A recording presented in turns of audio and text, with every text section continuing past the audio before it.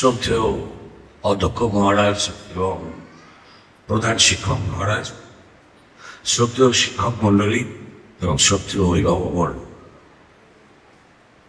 আমার তরফ থেকে সবার জন্য সশ্রদ্ধ প্রণাম।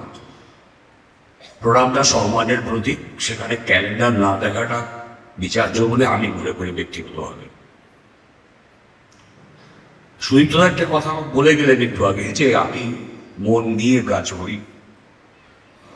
আমি সেটাকে সংশোধন করতে চাই। আমি মন নিয়ে নয়, আমি মন দিয়ে কাজ করি। যেখানে আমি চেষ্টা করি আমার উল্টো পাশে বসে থাকা মানুষটাকে তার মতো করে বুঝতে, বা তিনি যে ঝড়ঝঞ্ঝার মধ্যে দিয়ে যাচ্ছেন সেই ঝঞ্ঝাটা নিজে কতটা আমি উপলব্ধি করতে পারছি সেই চেষ্টাটা করতে। পেশাদারি জায়গাটা আলাদা, কিন্তু অভিভাবকদের যে যে দিক এবং তার যে অবশ্য বাদনীয় কিছু কিছু কথা বড় মহারাজ বলে গেলেন বা অন্যান্যরা বললেন, অথবা সেই সব যে আবৃত্তি করলেন তার মধ্যে দিয়ে আপনারা যা শুনতে পেলেন, আমি ঠিক সেই সূত্রটা ধরে শুরু করতে চাই। একটা জিনিস কর্মটা আপনারা ভেবে দেখবেন যে প্রত্যেকটা অভিভাবকের মধ্যে বাচ্চাকে নিয়ে স্বপ্ন থাকে। অনেক ক্ষেত্রে তারা সেই স্বপ্নটা চাপিয়ে দেন, অনেক ক্ষেত্রে সন্তান নিজে সেই স্বপ্নটাকে আদর্শ বলে মনে করে। কিন্তু এর যে গোড়ার জায়গাটা, যে ঘাট থেকে গলদটা মুক্ত করা দরকার, সেটা হচ্ছে অভিভাবক হিসেবে সন্তানকে আপনি জীবন কতটা দিতে পেরেছেন। আপনার স্পিকিং অ্যাবাউট বায়োলজিক্যাল লাইফ, জৈবনিক জীবনের কথা আমি বলছি না। আমি বলছি তার বেঁচে থাকা, তার মননশীলতা, তার সহনশীলতা এবং অন্যকে ধারণ করার যে ক্ষমতাটা, সেটা তাকে আপনারা কে কতটা দিতে পারছেন। কথাগুলো যদি খুব কঠিন বলে মনে হয়, আমি আরো সহজ ভাষায় বলছি। আপনাদের সন্তানেরা বয়স সন্ধিতে আছে। এই বয়সে চঞ্চলগতি সন্তানেরা এবং এর চাইতে ছোট বয়স থেকে তারা যখন বড় হয়েছে, তারা কিন্তু বড়দের, বিশেষত যাদের সে জন্ম থেকে গায়ের মধ্যে চেনে, যখন তার চেনার শক্তি তৈরি হয়নি তখন থেকে গায়ের গন্ধে যে নিরাপত্তার অনুভবটা তার আছে, সেই মানুষগুলোকে অদ্ভুতভাবে অনুকরণ করে। বাচ্চাদের কোনো আইডিয়াল বলে কিছু হয় না, তারা অনুসরণ করে না কাউকে। আপনাদের ব্যক্তিগত অভিজ্ঞতা থেকে আপনারা দেখে নেবেন, যে বাড়িতে বাবা মা উচ্চস্বরে কথা বলেন, সে বাড়ির বাচ্চা সেটাকে স্বাভাবিক এবং বৈঠক বলে ধরে নেয়। সে যখন অন্য কোনো সামাজিক প্রেক্ষাপটে দিয়ে সেই একইভাবে কথা বলে, তখন অনেকেই হয়তো ভ্রু কুঁচকে তাকান। দোষটা কিন্তু সেই শিশু বা সেই সন্তানের নয়। তাকে আমরা আপস্টার্ট ভয়েস বানিয়েছি, কারণ সেটা যে সেটা যে ঠিক নয়, সেটা যে অনেক সময় অসম্মানকর, এটা আমরা তাদের শেখাইনি। শারীরিক প্রক্রিয়াটা হচ্ছে সন্তান উৎপাদনের জন্য, বাবা মা হওয়ার জন্য লাগে ত্যাগ, তিতিক্ষা, ধৈর্য। আপনাদের মধ্যে এরকম কোনো বাবা অথবা মা যদি থাকেন যার সঙ্গে তার সন্তানের একটা অলিখিত প্রতিযোগিতা চলে সারাদিন, সে সন্তান 8 বছর হতে পারে, সে সন্তান 12 বছর হতে পারে, সে সন্তান 6 বছর হতে পারে, যে অলিখিত প্রতিযোগিতা চলে যে তুই চিৎকার করলে আমিও চিৎকার করবো, বা তুই আমার কথা না শুনলে আমি তোর কথা শুনবো না। আপনারা কিন্তু নিজেদের অজান্তে সেই শিশুর মনে একটা এই ধরনের অনৈতিক জেদ তৈরি করে দিচ্ছেন, যেটা তার অ্যাকচুয়াল চরিত্রগত যে কাঠামো, সেই কাঠামোর মধ্যে বসে যাবে। আমরা সাধারণভাবে অমুক শিশু ঝগড়াটে, তমুক শিশু বদমাইশ, এইভাবে তাদেরকে লেবেল করে দিই খুব সহজে। আমার সবার কাছে সর্বান্তকরণে কোনো শিশুর নামে, কোনো বাচ্চার নামে কোনো রকম নেগেটিভ কথা বলার আগে নিজেকে একবার তার বাবা বা মায়ের জায়গায় বসিয়ে ভাববেন। দ্বিতীয় যে জায়গাটা, চঞ্চলমতি এই বয়সের বাচ্চারা হবে, এটাই খুব স্বাভাবিক। তাদের সেই চঞ্চল মতিত্বটা যাতে কোন দিকে চলে না যায়, সেই দিগদর্শনের প্রাথমিক দায়িত্বটা অভিভাবকের, এবং তার পরের দায়িত্বটা তাদের যারা সামাজিক অভিভাবক মানে শিক্ষকদের। এই চঞ্চল মতিত্বের একটা প্রধান কারণ আজকের দিনে হয়তো অনেক বাবা বা মায়ের এই অভিযোগটা থাকবে যে আমার সন্তান বড্ড বেশি সেলফোনে আগ্রসী হয়ে গেছে, মোবাইলের নেশা ঢুকে গেছে, গেম খেলার নেশা ঢুকে গেছে, রিলস নেশা ঢুকে গেছে। এটা শুধু আপনার বা আমার বাড়ি নয়, আজকের পৃথিবী এটা বয়সের সবচেয়ে বড় মহামারী, যেখানে টেকনোলজির উন্নতি এবং ইন্টারনেটের সহজলভ্যতা এটা আমাদের জন্য আশীর্বাদ হতে পারত, শুধুমাত্র সোশ্যাল মিডিয়ার এই অডিও ভিজুয়াল উৎপীড়নের জন্য সেটা আজকে আমাদের কাছে অভিশাপ বলে মনে হয়। কিন্তু আপনারা যদি একটু সোশ্যাল মিডিয়াটা বাদ দিয়ে ভাবতে পারেন, তাহলে দেখবেন এই ইন্টারনেট, তথ্য প্রযুক্তি এবং আমাদের যে ইলেকট্রনিক ডেভেলপমেন্ট, এটা আজকের পড়াশোনার জন্য ভীষণভাবে জরুরি। দুটো সহজতম পন্থা আমি বলতে পারি আপনাদের, যেটা আজকের দিনে সারা পৃথিবীতে অনুসৃত হয়, সেটা অভিভাবকরা একমাত্র সচেষ্ট হলে এটা সম্ভব। একটা হচ্ছে নো গ্যাজেট জোন এবং একটা হচ্ছে নো গ্যাজেট টাইমিং। সারা পৃথিবীতে এই পদ্ধতিটা খুব সারা ফেলেছে। আপনার বাড়ি ছোট হোক বা বড় হোক, সেখানে নির্দিষ্ট কিছু জায়গা থাকবে যেখানে আপনারা বাড়ির কেউ সেলফোন হাতে করে যাবেন না।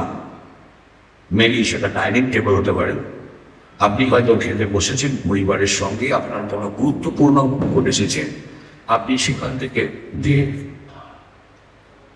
ফোনটা রিসিভ করে কথা বলে ফোন রেখে আবার এসে বসুন। এবং দ্বিতীয় যেটা, সেটা হচ্ছে নো গ্যাজেট টাইমিং। বাড়িতে একটা নির্দিষ্ট সময় থাকবে, সেটা সন্ধ্যাবেলা 3 ঘন্টা হতে পারে, সারাদিনে 6 ঘন্টা হতে পারে, যা খুশি।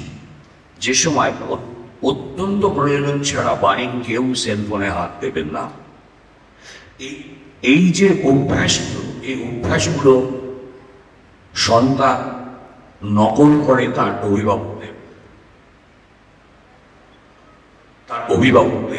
সেক্ষেত্রে আমরা সারাদিনের কর্মব্যস্ততার শেষে যখন মোবাইলটা হাতে করে বসে আছেন এবং আপনার সন্তান আপনার কাছে একটি ন্যায্য বা অন্যায্য আবদার নিয়ে এসে দাঁড়িয়ে আছে, আপনি যদি তাকে এখন বিরক্ত করিস না বলে সরিয়ে দেন, তার কাছে মনে হবে তার দাবির চেয়ে মোবাইল দেখাটা অনেক বেশি ইম্পর্টেন্ট।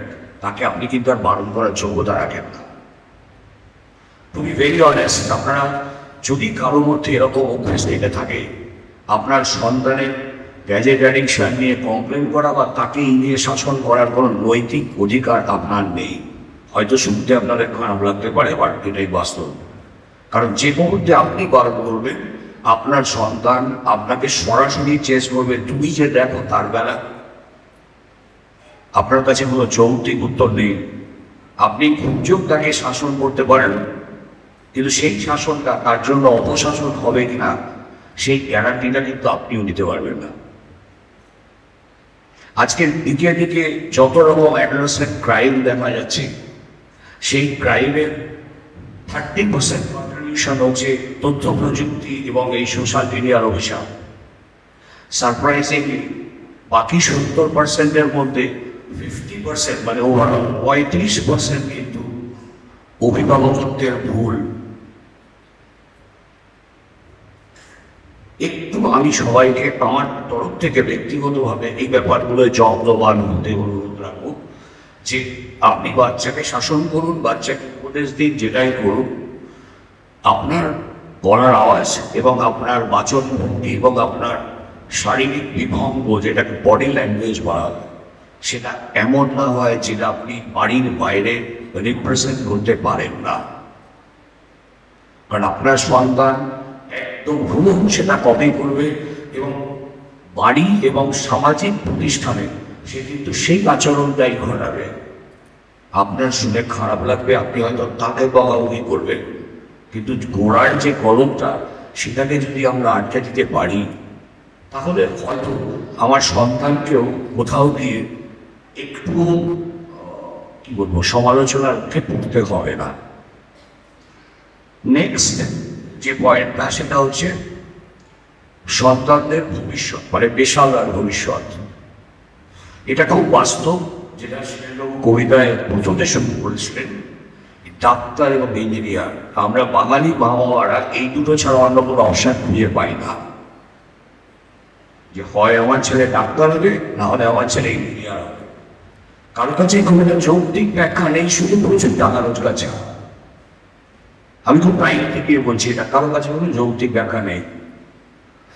কারণ আমরা সারা পৃথিবীতে সৎভাবে প্রচুর অর্থ উপার্জন করার কি কি পদ্ধতি আছে আমরা কেউ জানি না, কেউ জানি না। আমরা যে কেউ যদি বলেন যে আমি সবকটা পদ্ধতি জানি, তিনি নিশ্চয় মিথ্যে কথা বলছেন। আমি আপনাদের সে কতগুলো তথ্য দিতে চাই। ডাক্তারি পড়ার জন্য প্রাথমিক বিজ্ঞান মনস্ক হওয়া এবং মেধাবী ছাত্র হওয়াটা আবশ্যক।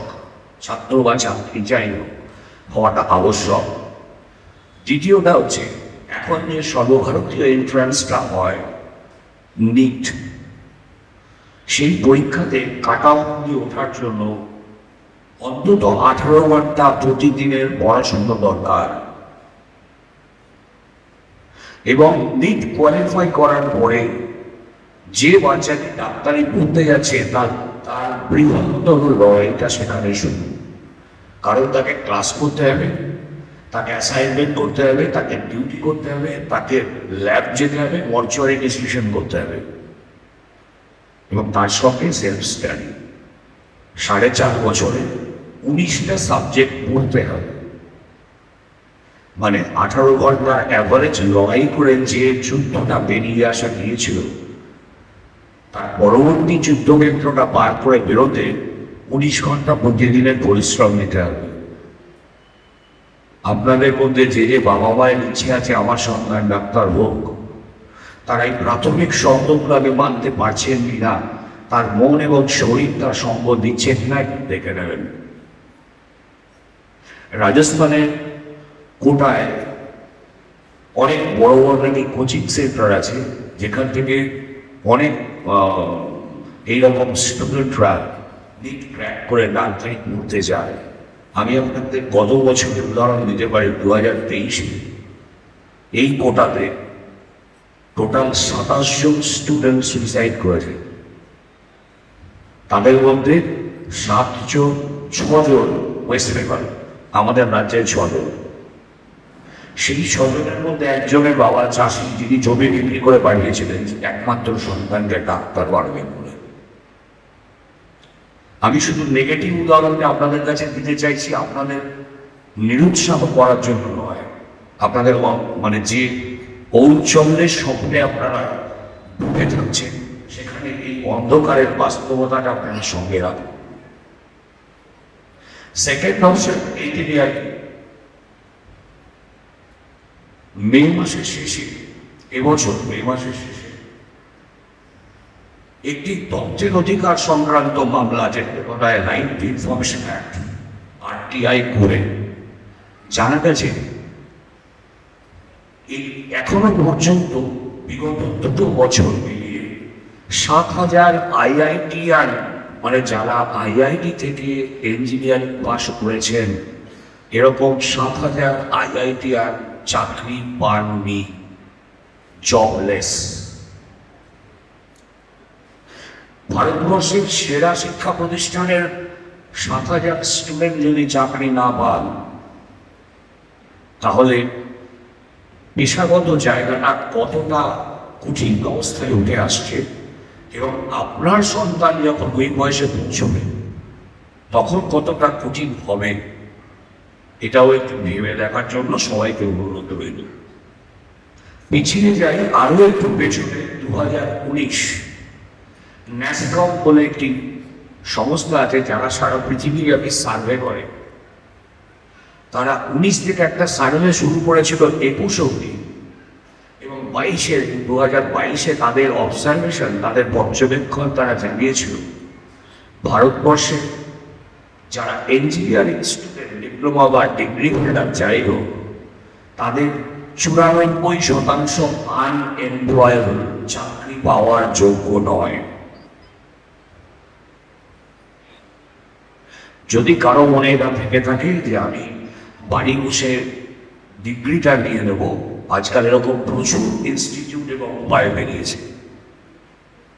আমি আপনাদেরকে একটু অ্যাসিওর করতে চাই, আগামী দিন যেটা প্রফেশনের জন্য আসছে সেখানে তার মেধাগত উৎকর্ষতা এবং পেশাগত দক্ষতা, মানে স্কিল, এই দুটো যদি না থাকে তাহলে কোন পেশায় কেউ সফল হবে না।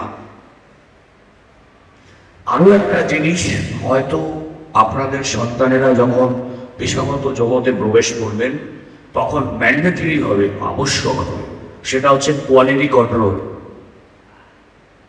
আজকের দিনে ইউএসএ আর ইউকেতে এটা চালু আছে ডাক্তারদের জন্য। আপনারা শুনলে অবাক হবেন, ইউএসএ এবং ইউকেতে প্রত্যেক স্পেশালিস্টকে 5 বছর পর পর পরীক্ষা দিতে হয় তার লাইসেন্স রিজার্ভ রাখার জন্য, তার চিকিৎসা করার অনুমতি রাখার জন্য, যে সেই 5 বছরে তার যে ট্রিটমেন্ট জনার, তিনি যে বিদ্যার চিকিৎসা করেন তাতে টেকনিক্যাল এবং রিসার্চ বেসড উন্নতি কি হয়েছে এবং তিনি সেটা কতটা জানেন, এর উপরে ইউএস এবং ইউকেতে প্রত্যেক স্পেশালিস্টকে 5 বছর পর পর লাইসেন্স বাঁচানোর জন্য পরীক্ষা দিতে হয়।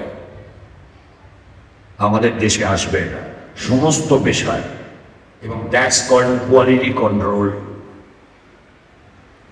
Either you have to upgrade yourself, otherwise you will not survive in industry. আমি মনে প্রাণে চাই এটা আমাদের সোসাইটিকে বা আমাদের মতো উন্নয়নশীল দেশে অন্তত 20 বছর পর আসুক।